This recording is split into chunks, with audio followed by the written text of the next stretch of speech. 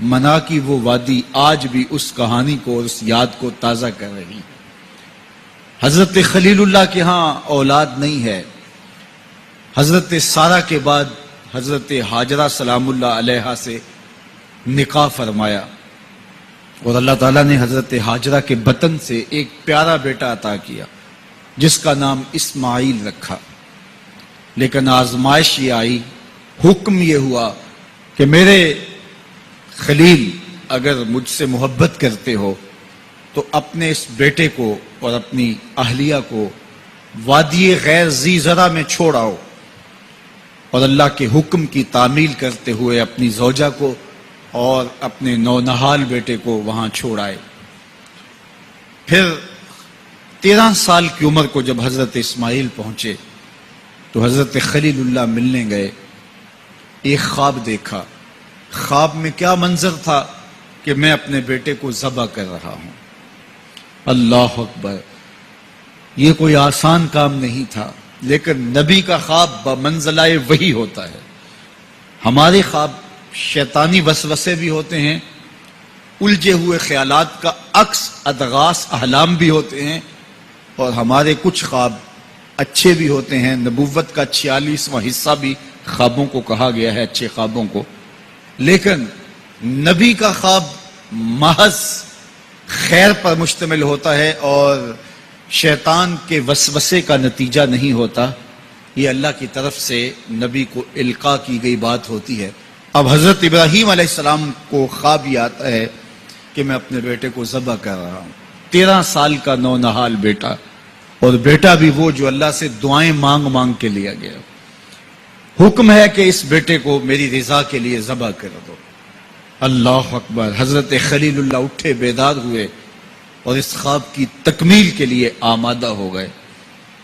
اپنی زوجہ سے کہا، زوجہ محترمہ حضرت ہاجرہ سلام اللہ علیہا سے کہا کہ بیٹے کو تیار کر دو، دوست کی دعوت پہ لے جانا ہے۔ خلیل عربی میں دوست کہتے ہیں، اور اللہ نے حضرت ابراہیم کو خلیل اللہ اپنا دوست قرار دیا تھا، تو کہا دوست کے بلاوے پہ جانا ہے، دوست کی دعوت پہ جانا ہے، تو بیٹے کو تیار کر دو۔ حضرت ہاجرہ شہزادے کو تیار کر دیتی ہیں، مانگ سجاتی ہیں، تیل لگاتی ہیں، خوبصورت کپڑے پہناتی ہیں۔ بیٹا تیار ہوتا ہے اور باپ اپنے بیٹے کو لے کر کے منا کی وادی کی جانب بڑھتا ہے۔ شیطان سمجھا کہ یہ موقع کتنا نازک ہے، اور اگر یہ قربانی ہو گئی تو قیامت تک آنے والے لوگوں کے لیے یہ نمونہ ہوگی۔ اتنا بڑا ایثار! تو حضرت ابراہیم کے پاس پہنچا اور کہا اے خلیل، اے ابراہیم، اللہ کو راضی کرنے کے اور تھوڑے موقع ہیں اور تھوڑے ذریعے ہیں، ضرور بیٹے کو ہی ذبح کر کے اللہ راضی ہوتا ہے؟ تو حضرت خلیل اللہ نے کنکر اٹھا کے اس کو مارتے ہوئے کہا بھاگ جائے یہاں سے، میری گود میں ایک اسماعیل ہے، اگر 1000 اسماعیل بھی ہوتے رب کے حکم پہ قربان کر دے۔ حضرت اسماعیل کے پاس آیا، تمہارا باپ تمہیں کہاں لے کے جا رہا ہے؟ کہا دوست کی دعوت پہ۔ ان کے دوست نے بلایا ہے، اس دعوت پہ ہم جا رہے ہیں۔ کہا نہیں نہیں، تمہیں ذبح کرنا چاہ رہا ہے اور اس کو اللہ کا حکم سمجھ رہا ہے۔ تو آپ نے بھی پتھر اٹھا کے مارا، کہا ہٹ جا میرے راستے سے۔ اسماعیل کے بدن میں ایک جان ہے، لو لو میں بھی جان ہوتی، رب کے حکم پہ قربان کر دیتا۔ ماں کی ممتا بڑی کمزور ہوتی ہے، اولاد کے لیے اس کے جذبات بڑے حساس ہوتے ہیں۔ تو سیدہ ہاجرہ کے پاس آ پہنچا، کہا ہاجرہ شہزادہ کدھر ہے؟ کہا کہ باپ بیٹے کو لے کر کے دوست کی دعوت پہ گیا ہے۔ کہا کہ وہ تو ذبح کرنے لے جا رہا ہے۔ کہا کوئی سوچ کے بات کر، وہ بیٹے کو ذبح کرے گا جس کو اللہ سے مانگ مانگ کے لیا، بڑھاپے کا سہارا، عصائے پیری، راتوں کے رت جگے، سسکیاں، آہیں اور دعائیں اور التجائیں اور تمنائیں اللہ کے حضور کر کر کے رب سے مانگ مانگ کے بیٹا لیا، اور اس کو اپنے ہاتھوں سے ذبح کر دے گا؟ بیٹا تو نالائق بھی ہو تو کوئی باپ اسے ذبح نہیں کرتا۔ یہ بیٹا، اس کی آنکھوں میں تو نور اور چمک اور روشنی نبوت کی نظر آ رہی ہے، بھلا باپ کیسے ذبح کرے گا؟ تو کہا وہ اسے اللہ کا حکم سمجھ رہا ہے. کہا اچھا؟ کہا ہاں. تو حضرت حاجرہ نے کہا ظالم تو کہیں شیطان تو نہیں ہے؟ میری گود میں آج ایک اسماعیل ہے، اگر رب کا حکم ہے تو 1000 اسماعیل بھی ہوتا تو قربان کر. ماں کی ممتا پہ قربان جائیے، بیٹے کی وفاداری پہ قربان جائیے، اور باپ کی اللہ کے حکم کی تعمیل اور ایثار کے جذبوں پہ قربان جائیے. جب وادی منا میں پہنچے تو حضرت اسماعیل علیہ السلام کو حضرت خلیل اللہ نے کہا یا بنیا، اے میرے بیٹے. کتنا دل آویز لہجہ ہے، کتنا پیار ٹپک رہا ہے. اے میرے بیٹے، میں نے خواب دیکھا ہے. خواب کیا دیکھا ہے؟ کہ میں یہ خواب دیکھ رہا ہوں کہ میں تجھے ذبح کر رہا ہوں. فانظر ماذا ترى، اب تو بتا تیری رائے کیا ہے. باپ بیٹے سے کہے کہ میں تمہیں ذبح کر رہا ہوں تو بیٹے کا انداز کیا ہوگا؟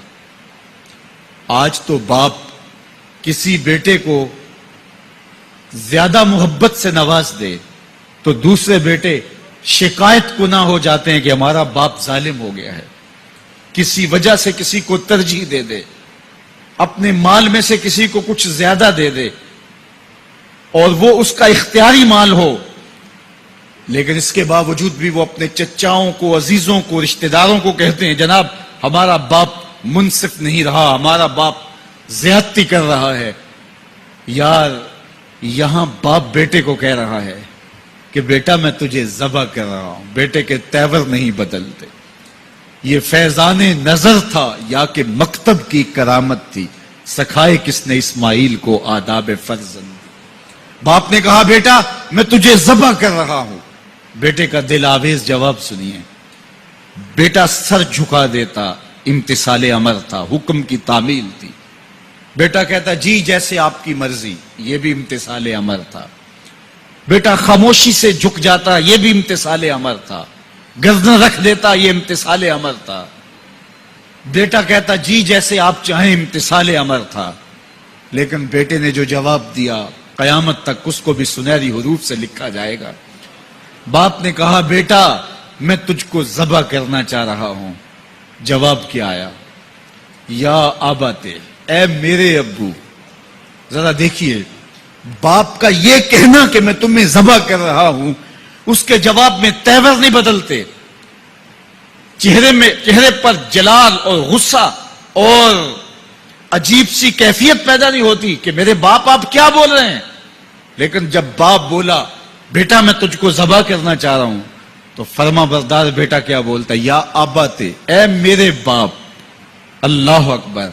تم تو ذبح کرنا چاہتے ہو. یا آبا تفعل ما تؤمر، ابو ذبح کیا ہے جو کرنا ہے کیجئے. یہ نہیں کہا کہ ذبح کرنا چاہتے ہیں ہاں ذبح کر لیجئے. ذبح کا جواب ذبح سے دینا یہ مکمل فرما برداری تھی. باپ کہتا یا آبا، یا بنیا، اے میرے بیٹے میں نے خواب دیکھا ہے میں تجھے ذبح کر رہا ہوں. تو بیٹا کہتا ہاں مجھے ذبح کر لیجئے. یا آبا تذبح، ہاں مجھے ذبح کر لیجئے. لیکن بیٹا یہ نہیں کہتا کہ ذبح کر لیجئے. ذبح کا جواب ذبح میں نہیں کہا بلکہ جواب 2 قدم آگے بڑھ کے دیا. یا آبا تفعل ما تؤمر، ماں میں عموم ہے. ابو ذبح کیا جو بھی کرنا ہے کیجئے. رہی بات میری گردن پہ چھری چلے گی، بدن تو تڑپے گا، لیکن ستاجدونی انشاءاللہ من الصابرین. میرے رب نے چاہا تو صبر کر کے دکھاؤں گا. اگر رب کے حکم کی تعمیل میں نونہال بیٹے کی گردن پہ چھری رکھنے کا عزم اور ایثار کی یہ کہانی آپ رقم کرنے جا رہے ہیں تو آپ میرا منظر بھی دیکھیں گے کہ میں تڑپوں گا بھی نہیں. یا ابا تفعل ما تؤمر ستجدنی انشاءاللہ من الصابرین. آپ دیکھیں گے میں صبر کر کے دکھاؤں گا. فلما اسلم وتلہ للجبین، قرآن بتاتا ہے جب دونوں راضی ہو گئے. کس بات پہ راضی ہو گئے؟ فلاں نمبر کی گاڑی خرید لیں، فلاں بنگلہ خرید لیں، فلاں فیکٹری خرید لیں. باپ اور بیٹے نے یہ طے کیا نہیں. باپ ذبح کرنے پہ راضی ہو گیا اور بیٹا ذبح ہونے پہ راضی ہو گیا. فلما اسلم، ایک تو ہمارا اسلام ہے، یہاں دیکھو ان کا اسلام. الاسلام گردن نہادن. اسلام کا معنی یہ ہے گردن رکھ دینا. اپنی مرضی چھوڑ دینا. فلما اسلما، جب دونوں نے گردنیں رکھ دی، دونوں نے اس جو ہے وہ یہ طے کر لیا، باپ نے ذبح کرنے کا طے کر لیا، بیٹا نے ذبح ہونے کا طے کر لیا. وَتَلَّهُ لِلْجَبِينِ، اور باپ نے بیٹے کو پیشانی کے بل لٹایا. اس پر دو قول ہیں. تَلَّهُ لِلْجَبِينِ، پیشانی کے بل یوں لٹایا کہ الٹا لٹایا تاکہ پیچھے سے ذبح کریں، بیٹے کا من منہ نہ چہرہ سامنے نہ ہو، ذبح کرنے میں رکاوٹ نہ بن جائے. کوئی بیٹا معمولی تو نہیں، اس کی پیشانی میں نبوت کے اجالے چمک رہے. تو بیٹے کو لٹا دیا اور الٹا لٹایا. تَلَّهُ لِلْجَبِينِ، پیشانی کے بل لٹایا. لیکن مفسرین کی ایک جماعت نے کہا نہیں، الٹا نہیں لٹایا. تو تَلَّهُ لِلْجَبِينِ کا معنی کیا ہوا؟ جس طرح ہم آپ جانور کو ذبح کرتے ہیں تو اس کی گردن کو خم دے کے پیچھے زمین پہ لگا دیتے ہیں تاکہ اس کی رگیں تن جائیں اور گردن کھل جائے اور چھری پھیرنے میں آسانی ہو اور جلدی سے جو ہے وہ رگیں کٹ جائیں. کہا کہ بیٹے کی ریشم جیسی نازک گردن کو موڑ کے پتھر پر پیشانی کو لگایا. اللہ اکبر. بیٹے کو رسیوں سے باندھا ہوا تھا اور اپنی آنکھوں پہ پٹی باندھی ہوئی تھی، اور یہ بیٹے نے کہا تھا ابو مجھے رسیوں میں جکڑ لے، شدت کی درد ہوگی، کہیں تڑپ نہ جاؤں، اور ایسا نہ ہو کہ رب کے حکم کی تعمیل میں آپ کو تاخیر نہ ہو. تو باپ نے اپنے ہاتھوں سے اپنے بیٹے کو جکڑا تھا. لیکن جو ہی چھری پکڑ کے باپ بیٹے کو ذبح کرنے لگا، بیٹے نے آواز دی ابا جان رک جائیے. کیوں بیٹا، پروگرام تبدیل ہو گیا؟ کہا نہیں، یہ میری رسیاں اتار دیجئے. بیٹا کیوں اتاروں، خود تو کہا تھا مجھے رسیوں سے جکڑ لو. ابا جان میری رسیاں اتار دیجئے. کہیں کل کا مورخ یہ نہ لکھے باپ ذبح کرنا چاہتا تھا، بیٹا ہونا نہیں چاہتا تھا. باپ نے باندھ کے کیا. کھول دیجئے رسیاں، نہیں تڑپوں گا. اللہ اکبر. رسیاں کھول دی جاتی ہیں. کائنات نے ایسا منظر کبھی دیکھا نہیں تھا، چشم فلک نے ایسا نظارہ کبھی کیا نہیں تھا. منا کی وادی ہے، فولاد جیسے پگھلے ہوئے پہاڑ ہیں، آسمان سے فرشتے بھی جھک جھک کے حورے غلمان اور رضوان جنت بھی دیکھ رہے ہیں. مالک قیامت آنے والی ہے. کہا فرشتوں تم نے کہا تھا انسان کو خلیفہ بنایا جا رہا ہے، یہ تو لڑائی کریں گے، سجدے تو ہم کریں گے، ذرا میرے بندے کی اس انوکھی ادا کو بھی تو دیکھو. لاؤ سارے سجدے، اپنے قیام لاؤ، اپنے رکوع اور اپنے سجود لاؤ، اور میرے بندے کے اس جذبہ ایثار کے مقابلے میں رکھو. اللہ اکبر. حضرت خلیل اپنے نونہال بیٹے کو فلما اسلما وتلہ للجبین، قرآن نے منظر نگاری کی ہے کہ جب باپ بیٹا راضی ہو گئے، باپ ذبح کرنے پہ راضی ہو گیا. منا کی وادی ہے، کوئی تیسرا شخص نہیں ہے، پگھلے ہوئے پہاڑ ہیں، آسمان کا منظر ہے، ہاتھوں میں چھری پکڑی ہے، زمین تھررانے لگی، عرش کانپنے لگا، وادی پہ راشا تاری ہے. سورج سے یہ منظر نہیں دیکھا جا رہا، کارکنان قضاء و قدر کی چیخیں نکل رہی ہیں. مالک یہ کیا ہونے جا رہا ہے؟ کہا ذرا میرے بندے کی ادا تو دیکھو. پھر ہاتھوں میں چھری پکڑ کے، آنکھوں پہ پٹی بندھی ہے اور نونہال لیٹا ہے، اور پیشانی موڑ کر کے، گردن موڑ کر کے پیشانی زمین پہ لگائی، اور تنی ہوئی رگوں پر حضرت خلیل اللہ نے جب چھری پکڑ کے چھری کو پوری ہمت کے ساتھ بیٹے کو ذبح کرنے کے لیے جنبش دی. چھری تو جنبش کرتی ہے لیکن ایک بال بھی نہیں کٹتا. چھری کو زمین پہ مارا، زمین میں دھنس جاتی ہے. لما تقطعی یا سکین، چھری کاٹتی کیوں نہیں؟ تیرا کام تو کاٹنا تھا. آواز آئی الخلیل یامرنی والجلیل ینہانی. خلیل کاٹنے کا کہتا ہے، رب جلیل کہتا ہے خبردار ایک بال بھی کاٹا تھا. کہا چھری تیرا کام تو کاٹنا تھا. کہا حضرت آگ کا کام بھی تو جلانا تھا. جس نے آگ کو جلانے سے روکا تھا آج اسی کا حکم میرے نام بھی ہے کہ ایک بال بھی نہیں کاٹنا. اس سے راستہ اختیار کیا جا سکتا تھا نکلنے کا. میں نے تو چھری چلائی، اب کیا کروں؟ چھری نے کام نہیں کیا. شکر ہوا بیٹا بچ گیا، لیکن نہیں. خلیل سمجھے شاید کوئی دل میں نرمی پیدا ہوئی تو رب نے چھری کو روک دیا. چھری کو پھر پتھر پہ رگڑا، تیز کیا، اور چھری کی نوک کو نازک گلے پہ رکھ کے پورا وزن ڈال دیا. گلا کٹ گیا، خون بہنے لگا. حضرت خلیل خوش ہو گئے. کتنا مشکل کام تھا بیٹے کو ذبح کرنا، میں کر دیا. جلدی سے آنکھوں سے پٹی کھولی تو کہا، دیکھا کیا کہ منظر بدلا ہوا تھا. بیٹا سمجھ کے جسے ذبح کیا تھا وہ بیٹا نہیں تھا، وہ دمبا تھا.